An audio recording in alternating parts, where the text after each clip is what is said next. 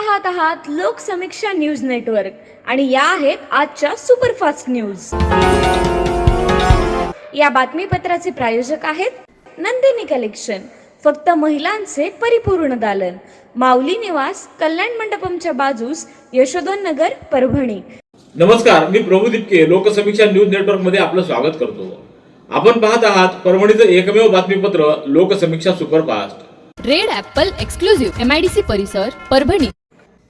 उद्या 1 जानेवारी नववर्षाच्या स्वागतासाठी सगळीकडे जय्यत तयारी होत असतानाच नववर्षाचं स्वागत नशामुक्तीनं व्हावं यासाठी पोलीस प्रशासनाकडून पावलं उचलण्यात येत आहेत। आज दुपारपासूनच परभणी शहरामध्ये शहर वाहतूक शाखेच्या पोलीस अधिकारी व कर्मचाऱ्यांनी दुचाकी चालकांची तपासणी करण्यास सुरुवात केली असून मद्यपान केलेल्या दुचाकी चालकांवर कारवाई करण्यात येणार आहे। शहर वाहतूक शाखेनं संपूर्ण शहरामध्ये यासाठी चोख बंदोबस्त ठेवत दुचाकीवरून फिरणाऱ्यांची तपासणी सुरू केली आहे। रात्री उशिरापर्यंत ही तपासणी सुरूच राहणार असल्याचं शहर वाहतूक शाखेच्या अधिकाऱ्यांनी सांगितलं। परभणी जिल्ह्यासाठी नववर्षाच्या पूर्वसंध्येला एक अत्यंत महत्त्वाचा आणि दिलासादायक निर्णय घेण्यात आला असून महाराष्ट्र औद्योगिक गुंतवणूक व सेवा धोरण 2025 अंतर्गत परभणी जिल्ह्याचा उदयोन्मुख जिल्हा म्हणून समावेश करण्यात आला आहे। हा निर्णय पालकमंत्री मेघना बोर्डीकर यांच्या सातत्यपूर्ण पाठपुराव्यामुळे शक्य झाला आहे। नवीन धोरणानुसार जिल्ह्याचा समावेश झोन 1 मध्ये करण्यात आला आहे। या नवीन धोरणांतर्गत झोन 1 मध्ये देशाच्या सरासरीपेक्षा कमी प्रति व्यक्ती उत्पन्न असलेले जिल्हे समाविष्ट केलेले आहेत। झोन 1 मध्ये समाविष्ट झाल्यामुळे परभणीतील गुंतवणूकदारांना विशेष प्रोत्साहन सवलती मिळणार आहेत। तसंच परभणी जिल्हा D+ श्रेणीमध्ये कायम ठेवण्यात आला असून या झोनमध्ये राज्यातील सर्वाधिक औद्योगिक प्रोत्साहन सवलती दिल्या जातात।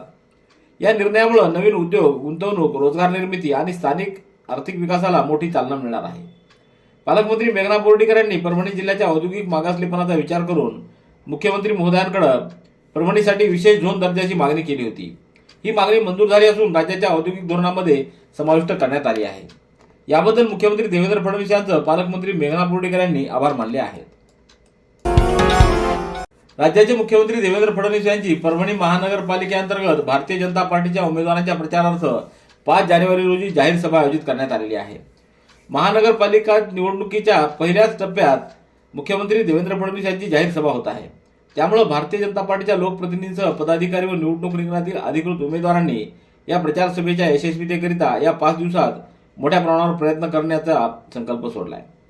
भारतीय जनता पार्टीच्या प्रदेश कार्यालयाकडून मुख्यमंत्र्यांच्या या संभाव्य दौऱ्यासह सभेबाबत संदेश प्राप्त झाल्याबरोबर जिल्ह्याच्या पालकमंत्री मेघना बोर्डीकर, सुरेश वरपुडकर, रामसात बोर्डीकर, महानगर जिल्हा प्रमुख शिवाजी भरोसे, डॉक्टर केदार कटिंग, प्रमोद वाकोडकर अन्य पदाधिकाऱ्यांनी सभेच्या स्थळासह नियोजनाच्या दृष्टीने चर्चा सुरू केली आहे।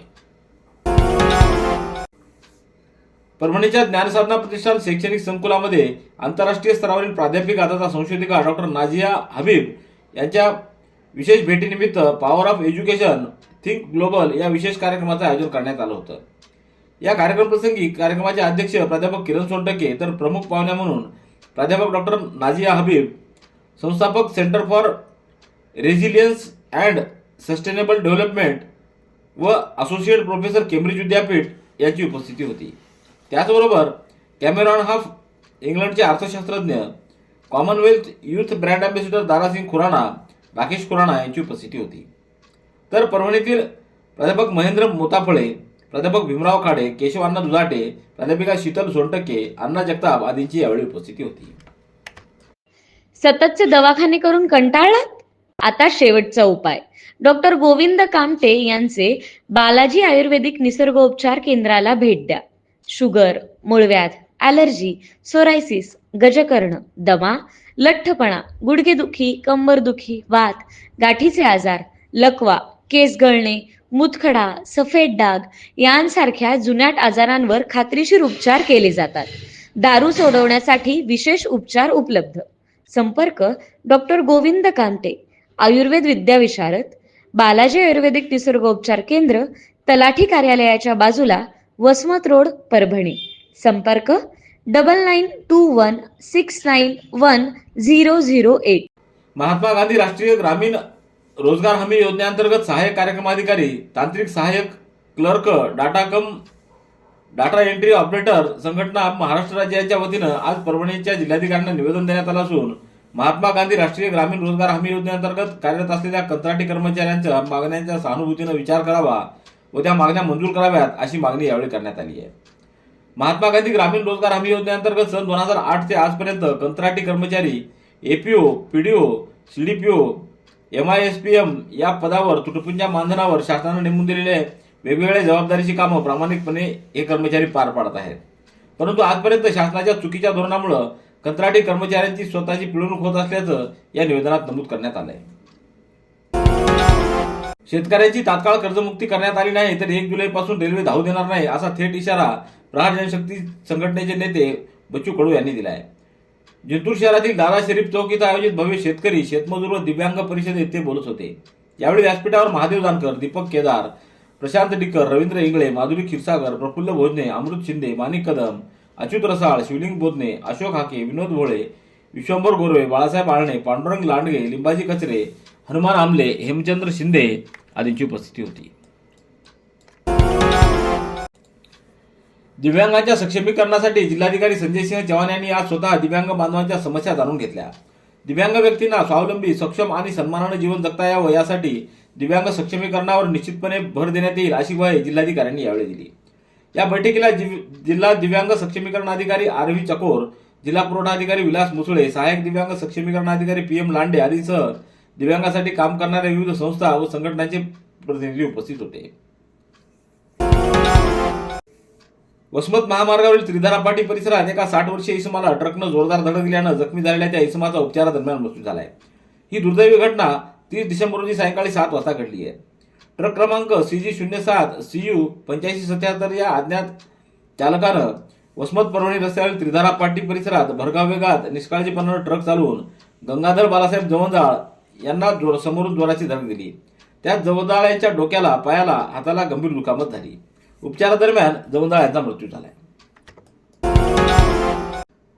सर्वांचं आरोग्य जपणाऱ्या फार्मासिस्ट बांधवांना आणि सर्व नागरिकांना नववर्षाच्या मनपूर्वक हार्दिक शुभेच्छा. शुभेच्छुक संजय मंत्री, अध्यक्ष परभणी जिल्हा केमिस्ट अँड ड्रगिस्ट असोसिएशन, सदस्य श्री शिवाजी फार्मसी कॉलेज परभणी व उपाध्यक्ष परभणी केमिस्ट पतसंस्था परभणी. नवीन वर्ष, नवीन आशा, नवीन संकल्पांसह सर्वांच्या आयुष्यात आनंद, आरोग्य आणि यश घेऊन येवो. नवीन वर्षात सर्वांचं आरोग्य उत्तम राहो. वैद्यकीय व फार्मसी सेवा अधिक विश्वासार्ह व गुणवत्तापूर्ण होत. सेवाभाव, विश्वास आणि जबाबदारीच्या जोरावर आरोग्यदायी समाज घडवण्याचा आमचा संकल्प कायम राहील. नववर्षाच्या पुन्हा एकदा सर्वांना हार्दिक शुभेच्छा.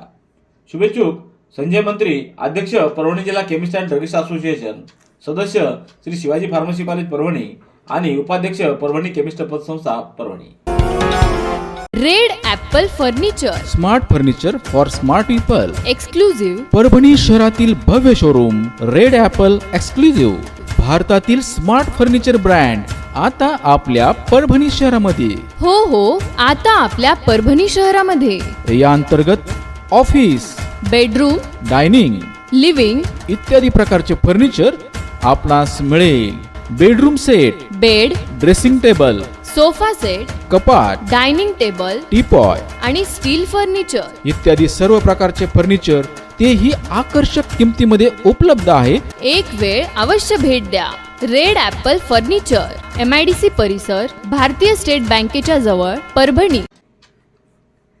बालविद्या मंदिर शिक्षण संस्थेचे माजी अध्यक्ष स्वर्गीय डॉक्टर पांडुरंगजी नावंदर यांच्या जयंतीनिमित्त परभणी शहरातल्या विद्यार्थ्यांसाठी शहरातील अंबिकानगर येथील बाल विद्या विहार प्रशाला इथं 4 जानेवारी रोजी सकाळी 9 वाजता शालेय पातळीवरील भव्य चित्रकला स्पर्धेचं आयोजन करण्यात आलंय. ही चित्रकला स्पर्धा 2 गटात घेण्यात येणार असून अ गटात इयत्ता 5वी ते 7वीच्या विद्यार्थ्यांना सहभागी होता येईल. स्पर्धेत सहभागी होणाऱ्या सर्व विद्यार्थ्यांना सहभाग प्रमाणपत्र देण्यात येणार आहे.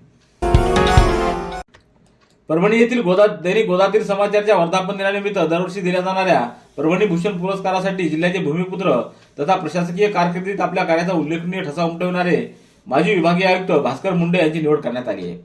वर्धापन दिनानिमित्त आयोजित कार्यक्रमात नववर्षारंभी अर्थात येत्या 1 जानेवारीला या पुरस्काराचं समारंभपूर्वक वितरण होणार आहे. कृषीभूषण विजय अण्णा बोराडे यांच्या हस्ते व प्रख्यात उद्योजक सुनीलबाई रायठा यांच्या अध्यक्षतेखाली हा कार्यक्रम शिवाजी महाविद्यालयाच्या सांस्कृतिक सभागृहात पार पडणार आहे. परभणी येथील श्री बालाजी आयुर्वेदिक निसर्गोपचार केंद्राचे मुख्य संचालक डॉक्टर गोविंद कामटे यांनी ससुगा प्रायव्हेट लिमिटेड नांदेड या आयुर्वेदिक कंपनीचे आनंद भारती महाराजांच्या पुण्यतिथीनिमित्त संबर गावामध्ये सकाळी 10 ते 5 या वेळामध्ये महादेव दत्तात्रय संस्था संभर इथं मोफत आरोग्य तपासणी शिबिर घेण्यात आलं. या शिबिरासाठी गावकऱ्यांचा उत्स्फूर्त प्रतिसाद दिसून आला. जवळपास 100 रुग्णांची तपासणी यावेळी करण्यात आली.